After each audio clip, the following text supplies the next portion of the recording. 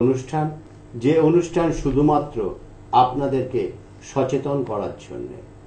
কারণ আজকের দিনে দাঁড়িয়ে জ্যোতিষ করে মানুষ কিন্তু অনেক সময় বিভ্রান্ত হয়ে যাচ্ছে। বিভ্রান্ত যে হচ্ছেন তার পেছনে একটা কারণও আছে লুকিয়ে, কিন্তু কেন বিভ্রান্ত হচ্ছেন এটা তো জানার অবশ্যই প্রয়োজন আছে। আর সেটা জানার জন্যই কিন্তু এই অনুষ্ঠান।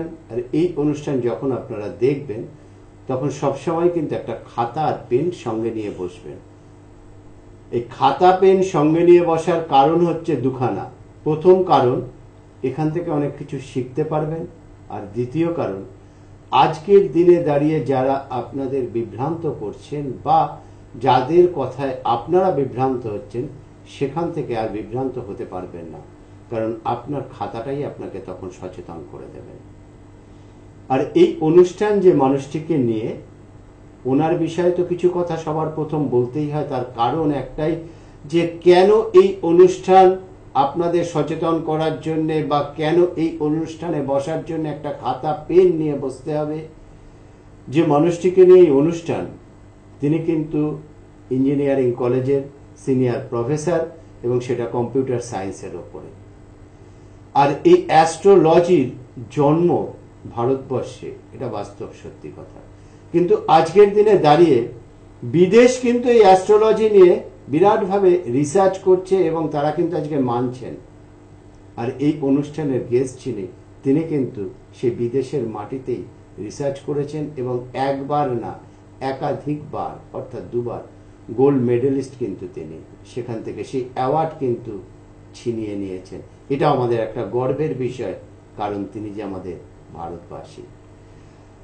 তাই সবার প্রথম এই অনুষ্ঠানের গেস্ট যিনি রয়েছেন প্রফেসর বাসু, ওনার সঙ্গে আলাপ করাবো। নমস্কার স্যার। নমস্কার, গুড ইভিনিং। আর তার সঙ্গে ওনার পিএ তানিয়া পাল, ওনার সঙ্গে আলাপ করাবো। নমস্কার ম্যাডাম। নমস্কার দর্শক বন্ধুরা, কেমন আছেন?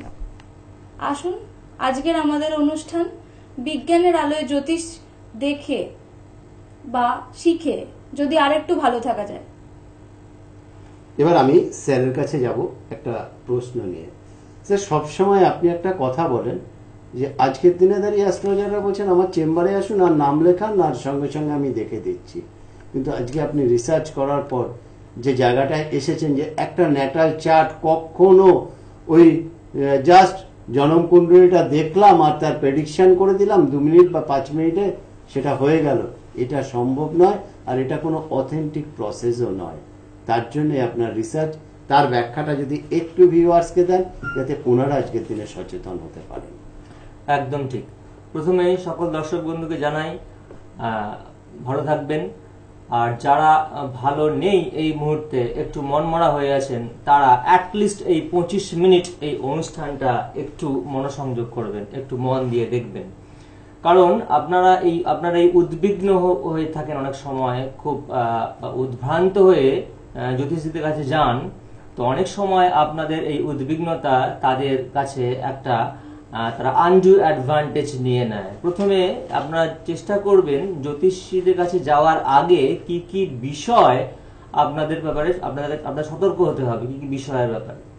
যাই হোক, তো বলি যে প্রথমে আজকে এই জ্যোতিষ শাস্ত্র সম্বন্ধে আমরা একটা আগের কয়েকটা এপিসোডে আমি বলেছিলাম যে জ্যোতিষ শাস্ত্র আমাদের অত্যন্ত সায়েন্টিফিক। তো আজকে বিশেষভাবে সায়েন্টিফিক্যালি যারা জ্যোতিষ শাস্ত্র দেখেন না, তারা তাদের এই রেমেডি বলুন বা তাদের এই বিচার বলুন, সেটা অনেক সময় বেশিরভাগ ক্ষেত্রে ভুল হয়ে থাকে। তো আমি মেনলি বারবার যে ব্যাপারটায় গুরুত্ব দিয়ে থাকি, ডিভিশনাল চার্ট বা বর্গ বিচার, যেটা আজকে ভারতবর্ষে আমি তো বোধহয় আমি ছাড়া এই মুহূর্তে আমি দেখি না এই বর্গ বিচার বা ডিভিশনাল চার্ট কোথাও বিচার করা হয়, যেটা আমি করে থাকি। এবং বিদেশের বেশ কিছু জায়গায় এ নিয়ে রীতিমতো রিসার্চ হচ্ছে। আমি বেশ কিছু জায়গায় বিদেশে বেশ কিছু রিসার্চ অর্গানাইজেশনের সঙ্গে যুক্ত বলে আমি এটা জোর গলায় বলতে পারি, তারা এই বিষয়টা নিয়ে এখন খুব বেশি রকম ভাবে জোর দিয়ে থাকে। বাট এক সময় আমাদের 100-200 বছর আগে জ্যোতিষীরা এই ব্যাপারটা, এই বিষয়ের উপরে তারা এই ডিভিশনাল চার্ট দেখে একজন জাতক বা জাতিকার তাদের ছক বিচার করতেন। অর্থাৎ একজন জাতক বা জাতিকার ছক বিচার করতে গেলে আপনারা দেখেছেন শুধুমাত্র একটা জন্ম ছক বা D1 যেটা বলি লগ্ন ছক, লগ্ন চার্ট বা বড়জোর নবাংশ চার্ট D9, এই দুটো চার্টের উপর সমস্ত কিছু তারা ওই প্রেডিকশন অ্যান্ড তার রেমিডি বলে থাকেন। বাট সেটা কিন্তু সম্ভব নয়, সেটা রেকমেন্ডেড নয়। একজন জাতক বা জাতিকার ক্ষেত্রে 15 থেকে 20 খানা চার্ট করতে হয়। আমি সেটা করে থাকি বিগত 18 বছর ধরে, তাই করে আসছি। তাই আমার চেম্বারে যখন কোনো জাতক বা জাতিকা এসে থাকেন তাকে কিছু বলতে হয় না, আমি প্রথমে বলে দিই, তার সম্পূর্ণ রকম সমস্ত রকম ভাবে তার প্রেডিকশন মিলে যাবার পরে তার আর নতুন করে কিছু বলার থাকে না। তারপর আমি তাকে রেমেডি দিয়ে থাকি এবং রেমেডিও বেশি দিতে হয় না। অ্যাস্ট্রোলজিক্যাল রেমেডি ঠিকঠাক ভাবে যদি তার চার্ট বিচার করা যায়, এই 15 থেকে 20 খানা চার্ট বিচার করলে খুব বেশি হলেও 2 খানা জেমস্টোন বা 2 খানা রত্নতেই কাজ হয়ে যায়। আমি আমার 18 বছরের অভিজ্ঞতা থেকে বলছি, 5% চার্ট আমি পেয়েছি যেখানে হয়তো 2-এর বেশি 3টে রত্ন দিতে হয়েছে। ঠিকঠাক ভাবে প্রেডিকশন করলে 2টোর বেশি 3টে, ঠিকঠাক ভাবে চার্ট বিচার করলে 2টোর বেশি 3টে রত্ন দেওয়ার প্রয়োজন পড়ে না। কারণটা কি সে ব্যাপারে আলোচনা করব। তো প্রথমে বলি আমার রিসেন্ট এক্সপেরিমেন্ট সম্বন্ধে। আমি কয়েকদিন আগে একটা ইন্টারন্যাশনাল কনফারেন্স অ্যাটেন্ড করেছিলাম। সেখানে যারা জ্যোতিষ নিয়ে সিরিয়াসলি আলোচনা করেন বা গবেষণা করেন তাদের সঙ্গে আলোচনার সঙ্গে জানতে পারলাম, যারা সিরিয়াসলি জ্যোতিষটাকে নেন, জ্যোতিষশাস্ত্রকে নেন, দেখবেন তারা আমার সঙ্গে সহমত হবেন। এই লগ্ন ছক, সান চার্ট, লগ্ন চার্ট অ্যান্ড মুন চার্ট, এটা নিয়ে একটা কনফিউশন থেকে যায় কোন চার্টটাকে রেফারেন্স ধরবো। অর্থাৎ আমরা প্রথমে লগ্ন চার্টটাকে ফার্স্ট একটা রেফারেন্স চার্ট হিসেবে ধরি, তারপর ডিভিশনাল চার্ট, নবাংশ চার্ট, বিভিন্ন চার্ট নিয়ে বিচার করি। কিন্তু তার সঙ্গে মুন চার্ট একটা আছে, তার সঙ্গে সান চার্ট একটা আছে। আগের দিনে আমি বলেছিলাম ওই জ্যোতিষ শাস্ত্রের কোন কোন সিদ্ধান্তের উপরে দাঁড়িয়ে আছে বলতে গিয়ে সূর্য সিদ্ধান্ত বলে একটা সিদ্ধান্তের কথা বলেছিলাম, যার প্রণেতা হিসাবে বলেছিলাম ময়দানব, রাবণের শ্বশুর মশাই ময়দানব এর রচয়িতা ছিলেন। সূর্য সিদ্ধান্তে শানকে 1 নম্বর ধরে অ্যান্টি ক্লকওয়াইজ 12টা ভাব বিচার করা হতো। এখন আমরা লগ্নকে 1 নম্বর ধরে, অর্থাৎ যে স্থানে লগ্ন আছে সেটাকে 1 নম্বর ধরে আমরা বাকি 1, 2, 3 করে অ্যান্টি ক্লকওয়াইজ 12 খানা ভাব বিচার করে থাকি। কিন্তু সেরকম ভাবে মুন চার্ট, অর্থাৎ যার চার্টেতে চন্দ্র যেখানে অবস্থান করছে, অর্থাৎ রাশি যেখানে অবস্থান করছে, সেটাকে 1 নম্বর ধরে 12 খানা ভাব বিচার করতে হয়। ঠিক সেরকম ভাবে সান যেখানে আছে, অর্থাৎ রবি যেখানে আছে, সেই রবিকে 1 নম্বর ধরে কিন্তু 12টা ভাব বিচার করতে হয়। কারণ আমাদের জীবনে চন্দ্র অর্থাৎ রাশি এবং সান অর্থাৎ রবিরও গুরুত্ব কিন্তু অসম্ভব রকমের। আমার রিসেন্ট এক্সপেরিমেন্টে আমি দেখেছি এই লগ্ন চার্ট, সান চার্ট এবং মুন চার্টের গুরুত্ব কত, কোন বয়সে অর্থাৎ কোন এজ রেঞ্জে কতটা বেশি ইম্পর্টেন্ট, সেটা আমি এই নিয়ে এক্সপেরিমেন্ট করি। আমি শেষ দিন 15 ধরে এই এক্সপেরিমেন্টটা করি। আমি বিগত 18 বছর ধরে আমি যা আমি প্র্যাকটিস করেছি সেখান থেকে আমি প্রায় 10,000 চার্ট নিয়ে এটা কাজ করেছি। অর্থাৎ 10,000 জাতক জাতিকার আমি date of birth, time, place নিয়ে আমি নিজে প্রোগ্রাম করে সেটা ফিট করি আমার প্রোগ্রামে। এবং সেখান থেকে আমি দেখতে পাই যে এই 10,000 জাতকের বয়সটা আমি দেখি কোন বয়সে কোন চার্টটা বেশি গুরুত্বপূর্ণ। একটু দেখে নিই। আমি সেই চার্ট অনুযায়ী আমি একটা যে লাস্ট যে অ্যানালাইসিস করি সেটা আমি একটা গ্রাফে প্লট করি। দেখুন এই ব্লু যে বারটা আছে সেটা সিগনিফাই করছে, সেটা বোঝাচ্ছে লগ্ন চার্ট, আর রেড যে বারটা আছে সেটা সিগনিফাই করছে, বোঝাচ্ছে আপনার মুন চার্ট, আর যে আপনার গ্রিন যেটা দেখছেন সেটা হচ্ছে আপনার সান চার্ট। আমি দেখেছি 1 থেকে 25 বছর বয়স যাদের, সেই সমস্ত জাতক জাতিকার ক্ষেত্রে লগ্ন চার্টটা সব থেকে বেশি গুরুত্বপূর্ণ। তারপর আসছে মুন চার্ট, তারপর আসছে সান চার্ট। মোটামুটি ভাবে 1 থেকে 25 বছর বয়স অব্দি লগ্ন চার্টের গুরুত্ব 60 to 65%, আর তারপর আসছে মুন চার্ট, তার গুরুত্ব মোটামুটি ভাবে 20% এর কাছাকাছি, আর সান চার্টের গুরুত্ব 10 to 15%।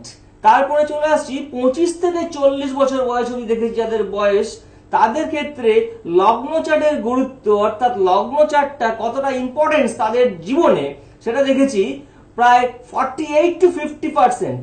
আর তারপর সেখানে মুন চার্টটা কিন্তু একটু কমে যাচ্ছে in comparison to 25 years age যাদের, সেখানে মুন চার্টের গুরুত্ব চলে আসছে আপনার 10%-এরও কম। আর সান চার্ট দেখুন সেটা কিন্তু অনেকটা বেড়ে যাচ্ছে, সেটা প্রায় 40%-এর কাছাকাছি।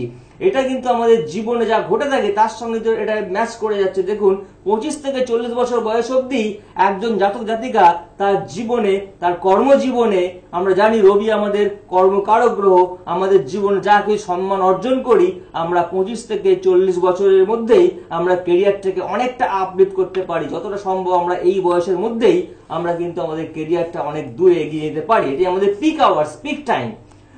তো এর মধ্যে দেখুন 25 থেকে 40 বছরের মধ্যেই দেখা যাচ্ছে এই সান চার্টের গুরুত্ব খুব বেশি, অর্থাৎ আমাদের লগ্ন চার্ট ছাড়াও সান চার্টটাকেও এই বয়সের যারা জাতক জাতিকাদের ক্ষেত্রে সান চার্টটাকেও খুব বেশি করে দেখতে হবে। তারপরে 40 থেকে বাকি রেস্ট যাদের বয়স 40-এর অ্যাবভ, সেই ক্ষেত্রে কিন্তু লগ্ন চার্টের গুরুত্ব একটু কমে যাচ্ছে মোটামুটি 30%-এর নিচে, এবং তার ক্ষেত্রে আপনার মুন চার্টের গুরুত্ব বেশি বেড়ে যাচ্ছে। অর্থাৎ 40 বছরের ঊর্ধ্বে যাদের বয়স তাদের ক্ষেত্রে তাদের মুন চার্টের গুরুত্ব প্রায় বেড়ে যাচ্ছে 60%-এর কাছাকাছি, আর সান চার্টটা কিন্তু অনেক কমে যাচ্ছে, সেটা 10%-এর কম হয়ে যাচ্ছে। এটা আমার রিসেন্ট এক্সপেরিমেন্ট। তো এটা দেখেছি এই প্রায় 10,000 যে আমি নিয়েছি জাতক জাতিকার যে জন্ম, তাদের date of birth, time, place, এটা আমি যারা আমার কম্পিউটার সায়েন্স ইঞ্জিনিয়ারিং এর স্টুডেন্ট তারা বুঝবেন, যারা কম্পিউটার সি প্রোগ্রামিং জানেন, এটা আমি সব একটা সি প্রোগ্রামিং এর মধ্যে একটা টেক্সট ফাইলে আমি এই ডেট অফ বার্থ, টাইম, প্লেসটা ইনপুট হিসেবে দিই, এন্ড সেটা আমি প্রায় র্যান্ডম সার্চ করি, র্যান্ডামলি বেশ কিছু কালেকশন স্যাম্পল নিই, প্রত্যেকবার 1000-এর উপরে আমি স্যাম্পল নিই, প্রত্যেক র্যান্ডামলি সার্চ করে 10,000 মতো স্যাম্পল নিয়ে প্রত্যেকবার প্রায় আমি 15 থেকে 20 বার আমি রান করে যে আউটপুটটা পেয়েছি তার অ্যাভারেজটা আমি এই চার্টেতে আমি প্লট করি। তাতে আমার যে রেজাল্টটা আসছে সেটা আমার চোখের সামনে দেখতে পেলেন, এই রেজাল্টটা আমি পেয়েছি। তো আমি এটা রিসেন্টলি ভাবছি কোন একটা কনফারেন্স বা জার্নালে পাবলিশ করব, মানে এর আগে এই ধরনের এক্সপেরিমেন্ট বোধহয় হয়নি। এটা যারা একটু কনফিউজ, যারা ট্রু অ্যাস্ট্রোলজার, যারা জ্যোতিষ নিয়ে চিন্তা ভাবনা করেন, তাদের কাছে এই জিনিসটা অনেক কনফিউশন রিমুভ করে দেবে। কারণ আমরা শুধুমাত্র লগ্ন চার্টটাই দেখি, তার সঙ্গে আমরা কিন্তু সান চার্ট বা মুন চার্টের গুরুত্ব অতটা বুঝি না। যারা অ্যাস্ট্রোলজি আমরা প্র্যাকটিস করি বা বুঝি না, তাদের ক্ষেত্রে ওটা একটা মেসেজ, আপনারা লগ্ন চার্টের সঙ্গে সঙ্গে সান চার্ট, মুন চার্টের গুরুত্ব দেবেন বয়স অনুযায়ী। স্যার, এবার এখান থেকে আরেকটা প্রশ্নে আপনার কাছে যাব, যে আপনি ভারতবর্ষের প্রথম ব্যক্তি যে এইভাবে অ্যাস্ট্রোলজিটাকে নিয়ে এসেছেন এবং এতটা সময় দিয়ে একজন মানুষকে দেখেন, এবং আপনার চেম্বারে যারা আসেন তাদেরকে বলতে হয় না আমি কেন এসেছি, ডিটেলসটা আপনিই বলে দেন। এবার সেই জায়গা থেকে এটাই তো বাস্তব সত্যি কথা যে অ্যাস্ট্রোলজি সম্পূর্ণ দাঁড়িয়ে আছে 3টে জিনিসের ওপর। এখানে সায়েন্স রয়েছে, এখানে ফিলোসফি রয়েছে, এবং এখানে অঙ্ক রয়েছে।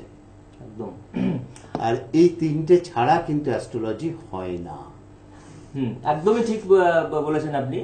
আমি আগের অনুষ্ঠানে দেখিয়েছিলাম যে এর মধ্যে কতটা ম্যাথামেটিক্স ইনভলভ। যেমন আমি D9 অর্থাৎ নবাংশ বলতে গিয়ে বলেছিলাম নবাংশের গুরুত্ব কতটা, আমরা কেন নবাংশ দেখি, আমরা লগ্ন চার্ট করার পরেতেও আমরা ডিরেক্টলি চলে যাই নবাংশতে, D3 এবং D7 বাদ দিয়ে চলে যাই নবাংশতে। কেন সেটা বলতে গিয়ে বলেছিলাম সে নক্ষত্র বিচারের ক্ষেত্রে একটা আমাদের যেমন 12খানা রাশি আছে, সেরকম আমাদের 27খানা নক্ষত্র আছে, অর্থাৎ এক একটা নক্ষত্র নয় 13 ডিগ্রি 20 মিনিট একটা রাশিতে, সেরকম ভাবে 13 ডিগ্রি একটা নক্ষত্রের 4টে পদ আছে। তো 13 ডিগ্রি 20 মিনিটকে আপনি 4 দিয়ে ভাগ করেন, সেটা দাঁড়ায় 3 ডিগ্রি 20 মিনিট। সেরকম ভাবে আপনি যদি একটা রাশিকে 30 ডিগ্রি রাশিকে যদি আপনি 9 দিয়ে ভাগ করেন, নবাংশ মানে একটা রাশিকে আপনি 9 দিয়ে ভাগ করবেন, সেরকম ভাবে 9 দিয়ে ভাগ করলে সেটাও আসছে 3 ডিগ্রি 20 মিনিট, অর্থাৎ কোয়েনসাইড করে যাচ্ছে। তার মানে নক্ষত্রের একটা পদ সমান হচ্ছে আমাদের নবাংশের একটা বৃত্তাংশ, ইকুয়াল।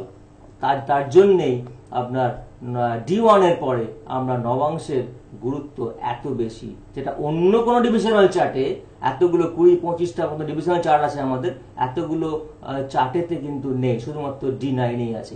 এটা কিন্তু কেউ জানেন না, কেউ সেভাবে বলে না। সবাই যখন বলে যে কেন D9 দেখি, সাধারণভাবে যে উত্তরটা জ্যোতিষের কাছে আপনারা পেয়ে থাকেন যারা একটু পড়াশোনা করে জ্যোতিষী নিয়ে, যে আমরা নবাংশ থেকে গ্রহদের বলবত্তা বিচার করি, এই সমস্তগুলো বলি। যাই হোক, তো এইগুলো একটু নিয়ে ভাবতে হবে, চিন্তা ভাবনা করতে হবে। আপনারা যখন কোনো জ্যোতিষের কাছে যাবেন দেখবেন তার বেসিক ডিগ্রি কি আছে, কারণ জ্যোতিষ জানতে গেলে মিনিমাম প্রি রিকুইজিট অর্থাৎ কোন ব্যাপারে নলেজ থাকতে হবে, ম্যাথামেটিক্স অ্যান্ড জিওগ্রাফি ব্যাপারে যদি নলেজ না থাকে, তার জ্ঞান না থাকে, ভালো জ্যোতিষী কেন জ্যোতিষ ব্যাপারটা সম্বন্ধে জানাই যায় না। তার minimum basic degree apart from astrology degree ছাড়াও তার সাধারণ ডিগ্রি কি আছে এটা জেনে নেওয়া আবশ্যক, তাহলে কিন্তু আপনারা প্রতারিত হবেন না। দেখবেন তার সে ডিগ্রি লেখার ক্ষমতা রাখছে কিনা, এবং যখন যাবেন চেম্বারে প্রশ্ন করবেন, আপনি যে বলছেন আমার এই সম্বন্ধে কিছু প্রেডিকশন করছেন, তার অ্যাস্ট্রোলজিক্যাল এক্সপ্লেনেশনটা কি, অর্থাৎ জ্যোতিষিক ব্যাখ্যাটা কি, দরকার হলে লিখে দিতে বলবেন। ঠিক আছে?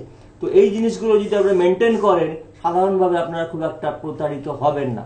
তো যেটা বলছিলাম স্যার, আরেকটা প্রশ্ন আমি রাখবো, যেহেতু আপনি মানে একটা বিরাট জায়গার সঙ্গে যুক্ত রয়েছেন, আপনি যে জিওলজির কথাটা তুললেন, এটা খুব ভালো লাগলো যে এটার ব্যাখ্যা কেউ আজ পর্যন্ত দেয়নি, যে আমরা যে জিনিসগুলো ব্যবহার করি প্রতিকার হিসেবে, যে সমস্ত স্টোনগুলোকে ব্যবহার করি, এগুলো প্রত্যেকটাই কিন্তু আমাদের সেন্ট্রাল গভর্নমেন্টের জিওলজিক্যাল সার্ভে অফ ইন্ডিয়াতে টেস্ট করে তার কম্পোজিশনটা বলে দেওয়া হয়। একদমই তাই। একটু বলি, এই আপনার স্টোন বলতে কি, আমি এই জেমোলজি বা এই রত্ন নিয়ে একটা কমপ্লিট প্রোগ্রাম করব পরের অনুষ্ঠানে কখনো। একটু বলে রাখি যে স্টোন, আপনারা রত্ন সম্বন্ধে অনেকের একটা ধারণা রয়ে গেছে, রত্ন আপনি কি কাজ করে না করে, রত্নের ব্যাপারে কি, একটু বলে রাখি। রত্ন সাধারণত দু ধরনের হয় বেসিক্যালি। প্রধানত রত্নকে দুভাগে ভাগ করা যেতে পারে, এক হলো অর্গানিক আর এক হলো ইনঅর্গানিক, জৈব অজৈব। আপনার অর্গানিক রত্ন বা আমাদের জৈব রত্নের মধ্যে পড়ে আপনার পলা, প্রবাল আর হচ্ছে মুক্ত, আর ইনঅর্গানিকের মধ্যে বা খনিজ মধ্যে পড়ে বাকি রত্নগুলো। তো যে কোনো রত্নের আপনি যদি কোয়ালিটি যদি বলেন, সেক্ষেত্রে আপনি নিজে জাজ করবেন একটা রত্নের কোয়ালিটি 4 থেকে 5টা ফিজিক্যাল প্যারামিটারের উপরে দাঁড়িয়ে থাকে। কি কি? স্পেসিফিক গ্র্যাভিটি বা আপেক্ষিক গুরুত্ব, রিফ্র্যাক্টিভ ইন্ডেক্স বা প্রতিসরাঙ্ক, হার্ডনেস যার ইউনিট বলা হয় মো, আর কালার আর ট্রান্সপারেন্সি। এই জিনিসগুলো জেনে নেবেন। বসরাই মুক্ত না বার্মিশ মুক্ত, এই কথাটা কোনো জায়গায় কোনো সার্টিফিকেটে লেখা থাকে না, লেখা থাকে অরিজিনাল পার্ল বা ন্যাচারাল পার্ল। আপনি সেটা টেস্ট করবেন তার স্পেসিফিক গ্র্যাভিটি, রিফ্র্যাক্টিভ ইন্ডেক্সের রেঞ্জ থেকে, তাহলে বুঝবেন এইটা কিন্তু এই জায়গার বার্মিশ বা বজরাই মুক্ত। ঠিক আছে? এইগুলো আপনাকে দেখে নিতে হবে। আর যেটা বলছিলাম, এছাড়াও আমি আগের সপ্তাহে বলেছিলাম আপনাদের তন্ত্র নিয়ে কিছু কথা বলবো। তন্ত্রের ব্যাপারে বলতে গিয়ে বলি যে তন্ত্রের ফিলোসফিটা একটু আলাদা জ্যোতিষের থেকে, কারণ বেশ কিছু গ্রহ আছে যার আমি দেখেছি যে এতগুলো চার্ট বিচার করার পরে যারা গ্রহের মানে চার্ট জাতক জাতিকা তার লগ্ন অনুযায়ী শুভ অশুভ গ্রহের বিচার করেন, সেই অনুযায়ী সমস্ত গ্রহকে কিন্তু পাওয়ার দেওয়া যায় না। উইথ রেসপেক্ট টু অ্যাসেন্ডেন্ট, লগ্ন সাপেক্ষে যে গ্রহগুলো অশুভ সেই গ্রহগুলোকে কিন্তু পাওয়ার দিলে সেটা কিন্তু তার ক্ষেত্রে হিতে বিপরীত হয়। বেশিরভাগ জ্যোতিষী সেগুলো কিন্তু মেনটেন করেন না। যেমন অনেকে জানেন যে বুধের কোনো শত্রু নেই, কিন্তু এটা অনেকে জানেন না যে বুধের শত্রু চন্দ্র, চন্দ্রের কোনো শত্রু নেই। তো দেখবেন বুধ আর চন্দ্র তার একসঙ্গে পাওয়ার দিয়ে বসে আছেন। যাই হোক, এই সমস্তগুলো দেখতে হয় একটু দিতে গেলে অ্যাস্ট্রোলজিক্যাল রেমেডি। তো যে সমস্ত গ্রহগুলোকে আপনার পাওয়ার দেওয়া যায় না, যে অশুভ গ্রহগুলোকে, সেইগুলোর ক্ষেত্রে কিন্তু আমাদের তান্ত্রিক রেমেডি, তন্ত্র উপায় করতে হয়। আর তন্ত্র উপায়ে রেমেডি করতে গেলে সেই ক্ষেত্রে আমি যেভাবে করি, যে তার আমাদের একটা টিম আছে, আমি ছাড়াও আমার 2-3 জন গুরু ভাই মিলে আমরা একসঙ্গে কাজ করি। সেই যে সমস্ত অশুভ গ্রহগুলো তাদের অশুভত্বটাকে কাটানোর জন্য আমরা একসঙ্গে হোম করে যার যা সমস্যা সেটা আমরা আসন থেকে বুঝতে পারি, সেইভাবে আমরা তান্ত্রিক প্রতিকার করে থাকি। এইবার আরো একটা জিনিস যেটা হচ্ছে প্রত্যেক দর্শক বন্ধুকেই বলবো, টিভি স্ক্রিনে যে দুটো মোবাইল নাম্বার রয়েছে 9674250516 এবং আরেকটি নাম্বার রয়েছে 9648403694, এই নাম্বারে কিন্তু ফোন করে বুকিং করতে হবে। বুকিং না করে চেম্বারে আপনারা কখনোই আসবেন না এবং হোয়াটসঅ্যাপের মাধ্যমে। এইবার আমি যাব যে ওনার পিএ তানিয়া পাল, ওনার কাছে। ম্যাডাম, আপনার কাছে আমার দুটো প্রশ্ন। প্রথম প্রশ্ন হচ্ছে গিয়ে যে বুকিংটা কিভাবে নেওয়া হয়, কেন এইভাবে নেওয়া হয়, আর দ্বিতীয় প্রশ্ন হচ্ছে গিয়ে যারা অ্যাস্ট্রোলজি শিখতে আসতে চাইছেন তারা কোথায় শিখবেন, কি বৃত্তান্ত আপনি একটু বলুন। আচ্ছা, আমি বলে দিই প্রথমে, আপনাদের অবশ্যই শুক্রবারের মধ্যে স্যারের অ্যাপয়েন্টমেন্ট করে নিতে হবে, কারণ শনিবার আর রবিবার শুধুমাত্র এই দুদিন স্যার চেম্বার করেন। জ্যোতিষ তো সমুদ্র, তো আসুন না, একজন ফ্রেন্ড, ফিলোসফার অ্যান্ড গাইড, একমাত্র ফ্রেন্ড, ফিলোসফার অ্যান্ড গাইডের কাছে আমরা কতটা নিজের উপকার লুটে নিতে পারি। 9674250516 আর 9748403694, এই যে দুটো নম্বর আপনাদের জন্য খোলা আছে রাত্রি 12টা পর্যন্ত। আপনারা এই নাম্বারেই যোগাযোগ করবেন যারা শিখতে চান, আর যারা স্যারের কাছে আসতে চান, স্যারের সঙ্গে যোগাযোগ করতে চান, সবাই এই নাম্বারে যোগাযোগ করুন। শুক্রবার পর্যন্ত স্যারের অ্যাপয়েন্টমেন্ট নেওয়া হয়, বারবার বলে দিচ্ছি, অবশ্যই শুক্রবারের মধ্যে অ্যাপয়েন্টমেন্ট করে নেবেন।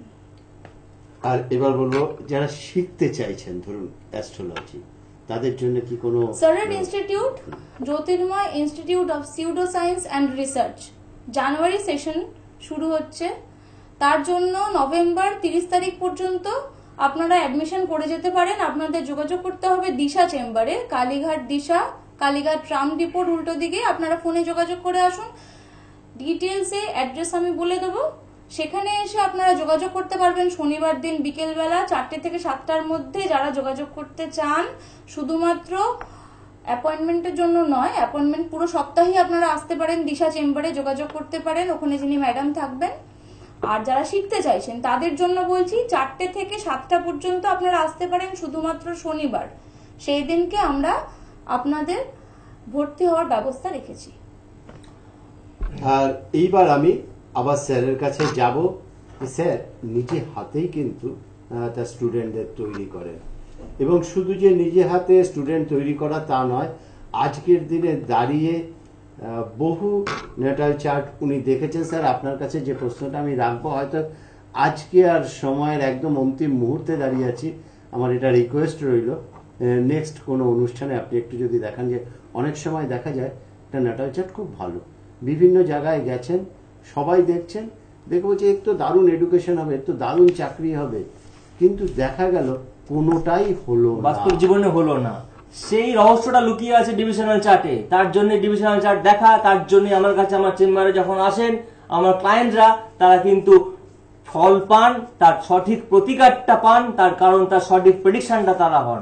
আপনারা দেখেন টিভির পর্দায় এক দেখেন, যখন চেম্বারে যান তখন দেখেন সেই প্রেডিকশন মিলছে না, আপনার রিয়েল লাইফে আপনার সেটা ঘটছে না। তার জন্য ডিভিশনাল চার্ট দেখা উচিত, দেখতে হয়।